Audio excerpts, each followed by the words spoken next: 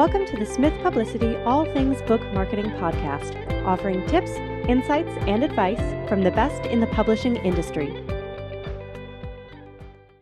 Hello, and welcome to this episode of All Things Book Marketing. I'm your host, Olivia McCoy, and our special guest today is Josh White, the Managing Director of Epic Keynotes. Hi, Josh. Hi, Olivia. Thanks for having me. Of course. Thanks for joining us. Let's dive in with what you do and how you help thought leaders and authors. Sure. So we run a speakers bureau and a speaker management company. And on the speaker management side of things, we partner with a select group of thought leaders, and we help to manage and grow their speaking careers and complementary revenue streams to speaking. Incredible. So why would someone want to do speaking? What are the benefits of speaking? Ooh, that's a loaded question. It is. It really is. There's a lot of reasons why someone wants to be a speaker. A few reasons, for example, one, they want to share ideas and they want to have an impact. Another reason is they want to help grow their brand. And a third reason could be to help monetize or create a revenue channel from their thought leadership. Okay. How can speaking do those things? Like how, I guess, let's start with growing a brand. How exactly does speaking help with that? Well, I mean, for all three of those examples, when you're a speaker, you have a captive audience. So those are, each individual in that audience is opportunity for you to impact somebody, for you to grow, to gain a fan, so to grow your brand, and to monetize the content if that's something that you're looking to do. Some speakers get paid a lot of money to speak, so that's a great way not only to monetize it to get paid to speak, but also you can create different products or revenue streams that audiences can help grow as well. And are there certain characteristics that lend themselves more to speaking? And I guess a side question related to this would be, are there certain genres that lend themselves to speaking, or certain topics, areas of expertise, certain fields? No, that's a very interesting question. And again, that's another loaded question. I think and I think the internet has proven this, there is groups of people interested in everything. I think there are some topics or industries or genre of books that have more of a revenue potential as a speaker getting paid to go speak, right? So if you're a thought leader on business topics, corporations tend to have the biggest budgets for keynote speakers, right? But there's also, if you're an educator or write books on education, there's a whole market for schools, K through 12, but also colleges and universities. And goes into philanthropy and healthcare. There's all these different markets. But outside of getting paid to speak too, if you're looking to have an impact or share your ideas or grow your brand, there's a ton of opportunities that necessarily don't pay a lot for the speaker, but can get you in front of big groups of people that would be interested in your ideas or have common interests or that you can impact. And as someone that doesn't live in the world of speaking, can you give us more insight into the different types of speaking? Because you mentioned keynote speaking. I also know there are things like workshops or being invited to speak at a company as opposed to maybe a conference or a convention. What are the opportunities there within speaking? Yeah, that's a good question, because I'm so close to this that I maybe don't think about it in that level of detail. But you basically think about it on two floors. You have the types of organizations that would hire a speaker. So and that's somewhat limited. You have non-for-profits and social service organizations. Those are more like philanthropic or supporting a cause. You have education, that's K through 12, but colleges and universities. Then you have a whole host of associations, whether they're professional or function type or supporting a specific idea, that have all types of conferences that you could speak at. And then you have the corporate world, and these are companies that are either holding external events for their customers and for potential customers, or internal events for their employees. And that's kind of the landscape of who puts on these events. And then beyond that, as you think of as a speaker, what are your opportunities? One is that keynote slot. So at every event, meeting, even a dinner, a lot of times they will have a keynote speaker or a few keynote speakers who are the main speakers at those events. And those are typically what we think of when people say that they are a speaker. But beyond that, there are varying modalities, lengths of sessions, from workshops that range from 90 minutes to a full day of 8 hours, to more formal trainings, or even programs where someone is hired to give a series of speeches or series of educational moments over the course of months or years even, and also are delivered by speakers. Incredible. That's just more than I think I would even expect, all those different options. It's a So how about wild world out there. it is, and it's not one that I am fully immersed in. So it's so interesting to hear about that perspective. How would someone get started speaking? That's another loaded question. You know, I'm really bringing them in today. everybody gets introduced into the speaking world in a different way. But if I think about it, it really comes down to two ways. One, someone wants to do this. They want to have their impact. And so they have to chart a course for how to get there. And maybe that's more of what you're asking. But on the other aspect of that is, or the flip side of that is, there's a lot of people that write a book or are interviewed on something, or something happens in their life and they are thrust into speaking whether they want to or not. And they either lean into it or lean out of it, but sometimes the opportunity is so great that even if they want to lean out of it, they can't escape it, right? And whether you want to be a speaker and you chart a course to become that, or speaking finds you, I think at the end of the day, like, how do you become a speaker is really like, how do you become a great speaker? Someone that can command the attention of these people, that all these deserving people in this audience, like, you're worthwhile to hear. And that you do entertain them, that you hold their attention, and that they get something out of it.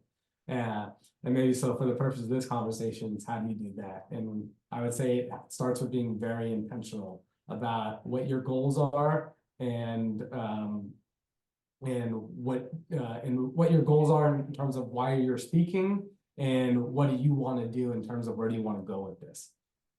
Okay. Do you have any examples? Excuse me. Do you have any examples of where someone might want to go with this, or some goals that people do have with speaking? Yes, absolutely. So if it's revenue through, I want to become a speaker to, I have a great idea, but I also want to make a good living while doing this, right? So that's starting off is first figuring out how good are you at the craft of speaking. Yeah, because there's really two parts of this. One is, or three parts of it. One is your thought leadership. Do you have something unique to yourself that is going to resonate with a lot of people, or a big enough subset of people? Two, how are you at the craft of speaking, holding attention, communicating? I can go on, that would be a whole another podcast.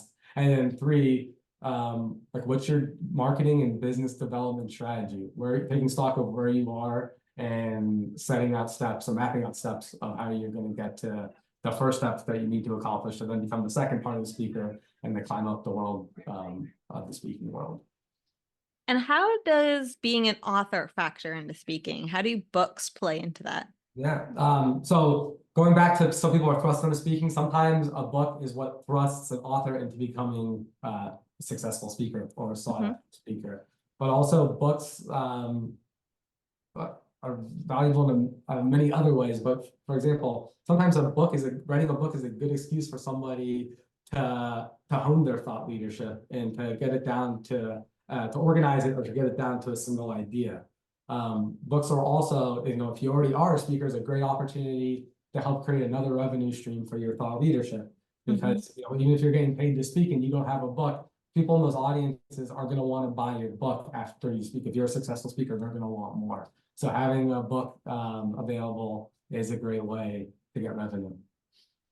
I have heard a lot of authors have success in becoming a bestseller by actually waiving their speaking fees in lieu of bulk book orders. Is that something that you see as commonplace? And how does that help both the organization, the speaking organization, or where they're speaking, as well as the speaker? So that is commonplace, and again, it comes down to the goals of the speaker. Some speakers will waive their fee or accept a lesser fee in return for like bulk purchase of the books, or for selling a ton of copies. The client basically guaranteeing that they're going to buy 6 copies. And there's a few reasons why people do that. One is because they want to ensure that it's the bestsellers. It's a crazy world we live in, digital marketing, all these different things, and some great books don't even hit the bestsellers list because of marketing tactics, let's say. So something like this is a way to help ensure books hit the bestsellers list. Other speakers do it because they want to get that book into as many hands as possible. They think that book is going to have an impact. So that's another reason why they would do it. And you can go on and on for many reasons why, but that is definitely a common strategy. And it's also a great way to get yourself out there. A new book creates excitement. A book opportunity as like part of the fee is just another foot in the door for a reason someone should consider you.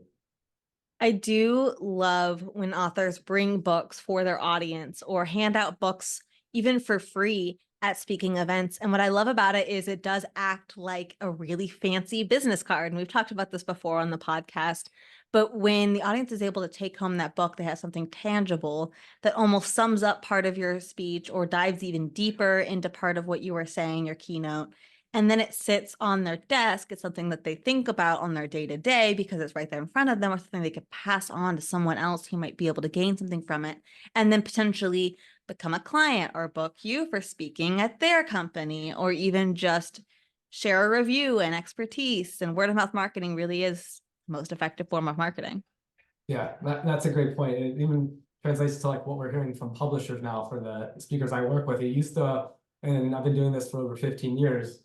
This is not even going back that far ago, but the publishers were really focused on that first year of book sales because that was the biggest opportunity to sell books. Now what we're hearing from publishers is actually no, it's the longevity of the life of the book. Their most successful books are the copies that sold over the last 5 years, not that first year. And so it's the same thing. Like if you're able, it's this same concept. If you're able to, if there's a lot of value in that book, it's like a business card. The speech is you only can communicate so much in 20 minutes, 45 minutes, or max like an hour in a keynote speech. So that book, and if you did a good job, then people are going to want to learn more, and that book gives it to them. And the most successful books, like I said, they're saying now are the ones that sell over time consistently, and that translates to speaking too. The speakers that we really look to partner with, one of the qualities we look for is that they are incredible speakers and that their content really resonates because if they get out there enough, that creates a flywheel. And in 20 years, that someone will think of that speaker if they impacted them that well 20 years ago and recommend that speaker. Just like if that book sits on the bookshelf, you're going to pick that up if someone says, I have this problem 10 years after you read it and said, here, you should read this book. Exactly. What makes a success or a great speaker? You mentioned someone who is a really great speaker or someone who succeeds at speaking.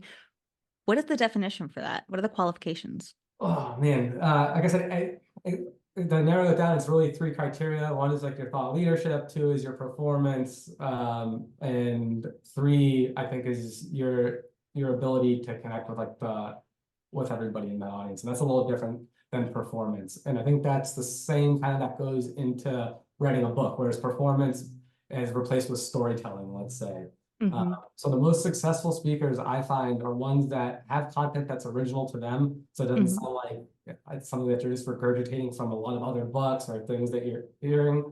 2, that just do an amazing job on stage. But 3, are able to communicate in a way where you're not really telling the audience, but you're getting them bought in to what your ideas are, and you're bringing them on a journey. So at the end of their speech, they're like, oh, I can implement this, or this is something I can change that's going to impact not only one thing, but the rest of their lives. So we like to call thought leaders of thought. And we say that a successful leader of thought is someone that's going to impart something so profound on that audience. One idea, it only needs to be one idea, one framework, something that they're going to think about that for the rest of their lives. Once a week, once a month, once a year, when something comes up that's relevant to what they heard in that speech. And if I know it's a big ask, but it can be done. And those are really what I call like the select few that rise between like a very good speakers to like extraordinary speakers. And for our listeners, watchers who are hearing us say thought leadership over and over and over again during this interview, check out an episode from a couple last month. So a couple episodes ago with Peter Wenick, and we dive into what thought leadership is and how to use it and how to distinguish yourself as such. But in the meantime, you and I can dive more into speaking. Do you have any tips for people looking to become better speakers? You mentioned the performance, you mentioned the ability to connect as well as having original content. Do you have any advice for people that maybe need a push in the right direction? So yeah, I mean, it's really twofold. One, I feel like I'm breaking this down into either 2 or 3 numbers, but one is the performance aspect of it. And forever there's been speaking coaches. And I have a hot take on speaking coaches is that they're all great. It really Mhm. depends on, it's really an individual connection with the coach, with their methodology that the speaker has to buy into. So it's one as performance-wise, like identifying where you need help and then making sure that you interview enough coaches and you do your due diligence to pick someone that you think you're gonna vibe with not only personally, but that you actually buy into the craft that they're gonna teach you. I Because love that your hot take is so sweet. My hot take is that everyone is wonderful, everyone's fantastic, find the right fit for you. That's so nice. because at the end of the day, they're all teaching the same stuff, just a little bit differently, right? Hmm. The core elements of it. Now, there's I would be lying if I don't think there's a little bit of magic to being a really good speaker. There's definitely something that factor or something I can't put my finger on that separates the great from the extraordinary. So I would be lying, and then I've seen coaches be able to teach somebody or kind of help them find their own magic. So that's there too. But then on the other flip side of that, the second factor is really like your brand, your marketing strategy, your business development strategy. That's a big aspect of it too. And for a long time, it's been handled 2 ways. Speakers figuring it out on their own or partnering with like speaker bureaus or management companies that do that as well. And what's been really cool to see is over the past couple of years, there's been a new type of service popping up that's different from speaking coaches, which is speaker marketing companies or positioning companies. And their expertise is partnering with somebody and creating their brand for the speaking world, for people that hire speakers. And that's been great to see because that is so what's needed. Your CV bio is not the bio someone wants to read when they're considering you for a speaker because there's other qualities or other information that they need to understand. So it's really focusing on those 2 aspects. When I'm doing a website audit for our authors that are looking to focus in on speaking, I'm looking to make sure that their about page has their full CV bio, like you mentioned, the long bio that includes everything that they do, everything that they've done, every piece of their expertise, recognition, accolades, awards. And then on their speaker page, what I want to see is the charisma, the personality. Where have you spoken before? Where have you delivered those keynotes? What does the keynote look like? That's the big piece I think that some authors are missing on their website is they'll have their little bio saying, I'm a keynote speaker. I've spoken here on these different years. I'm available for XYZ. But then they don't dive into what they speak about. They'll say, I speak about business development or I help executives with their business development, something kind of vague. But what I love to see on a speaker page is the keynote broken down into specific takeaways. So it doesn't have to be a lot. It could be a paragraph, but then it says audience will walk away with XYZ, or the keynote incorporates this specific piece that is unique to me and my brand. And someone who does a great job of that is Selena Rosvani. I keep mentioning her as an example of a thought leader, and she was actually interviewed on the podcast in January as someone that became a bestseller through book orders in her speaking. But I guess I would love to ask you more about branding yourself as a speaker and making sure that people are aware of that. So yeah, that's a big part of speaking. And I think you just Hmm. nailed it, kind of how you described what you like to see and those differences. It is understanding the nuances of speaking or how people consider speakers and what they're looking for, what information they need, and how you explain like breaking down like what the core of your keynote is or what the value of it is so important. So many people don't do that. Even the most successful speakers, they're successful because of their reputation. They've already created that flywheel. And they don't have that. But the reality is, it's one thing to say you're a teamwork speaker, but then that leaves me wondering, are you speaking to like leaders of teams, to members of a team? Is it Hmm. we become teams, right? So it's that, but it's also building out your branding. So for example, it's one thing to say that you speak at all these places and to drop these names and include these logos. And it's true, right? You're doing Hmm. all this, but you have no recent video of you speaking or video on the topics that you're currently speaking on. Your photos look like they're 10 years old, right? Then you Hmm. have another person that's saying the same exact thing and they have really good photos and and video, but they're speaking at like a small meeting inside of a company for $5,000 to 20 employees, and you're speaking at Google's main stage keynote event to 10,000 employees, right? When Hmm. someone's considering you versus them, they actually might go with the speaker that has the modern photos, everything explained, and the good video, because that's more proof to them than it just saying it in writing, right? Whereas ultimately that speaker. So focusing on how you're positioned, how do you look, what's current, all that stuff matters. And I hate to say that because there's so many who I consider extraordinary speakers that don't have that, Hmm. because it didn't matter in the past. It didn't even matter as much 5 years ago as it matters now. But it all plays into it. Well, like you said, in finding a speaking coach, is you have to find the right personality match. Well, these places that are hiring speakers are doing the same thing. They want to see the video of you speaking to see, do you bring the energy that they're looking for? Do you have the stage presence that they're looking for? Because you're right, it is different speaking to a small group. That's a different skill set than speaking to a large audience. And depending on who's hiring you, they want one or the other. So there's benefits to both, but have examples of each if you're going to go after each. And I completely agree with that. If an author comes to me saying they want to do speaking and they're looking for help in developing their website, their social media, and they come with photos and videos, it is chef's kiss. It is really exactly what I want to see. So I love that you pointed that out, especially in the modern world when we are doing so much virtually. It's almost more important to show that you can do both. You can speak on a camera, but you can also speak in person. Mhm.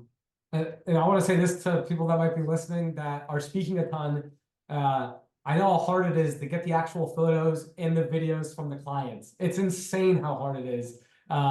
It's something we really pride ourselves on our operations here. And it's something that in a little less than 5 years of being in business, we still haven't figured out how to consistently get them. So I know that's probably the first thing you're coming to mind, but I try to get them. I'm out there speaking. So sometimes it does take like you hiring your own videographer stuff. And Mhm. that investment, I can't underscore how important that is because people are shopping for speakers like they're shopping for a product on Amazon. They're looking for the ones that have the snazzy pictures and the explanations, and they want to make their decision about you before they even reach out, and you don't have the opportunity to sell them. Mhm. So having all that available is what you need to do.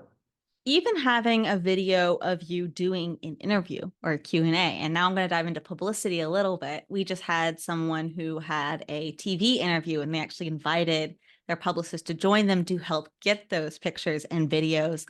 And so that's them speaking to a live TV audience as well as the recorded audience. And while it's not delivering a keynote, it is still an example of them speaking and speaking to their expertise, which is going to be useful.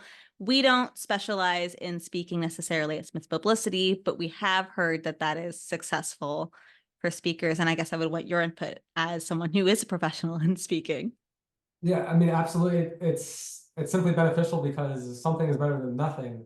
But True. an interview can go a long way, right? And Hmm. I mean, this might be obvious, but it's there's a lot of I see the mistake people setting an interview because they sound good, but they're not necessarily sharing the content that the person's interested in. So Hmm. it's important that when you do get an interview, that you make the most out of that opportunity, ensure that the questions you're being asked or that you direct that interview in a way that it's beyond just showing that you're able to have a good presence, but that they also you give insight on the value of your content and what you actually talk about as well. Then let's wrap up with how our listeners and watchers can learn more about you and Epic Keynote and how they can get in touch to potentially work with you or even just learn from you.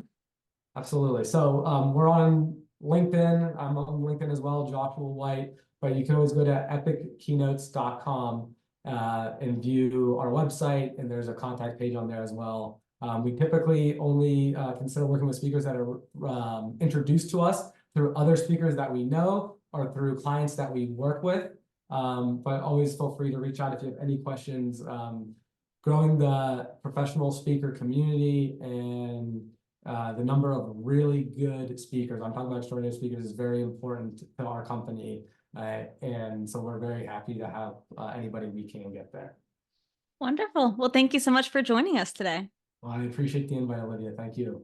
Of course. And listeners, watchers, if you like this episode, don't forget to rate, review, subscribe, and share it with anyone else that might be interested. We'll see you next time. Thank you for listening to this episode of the Smith Publicity All Things Book Marketing Podcast. To reach us and learn about our many services, visit smithpublicity.com or send us an email to info@smithpublicity.com.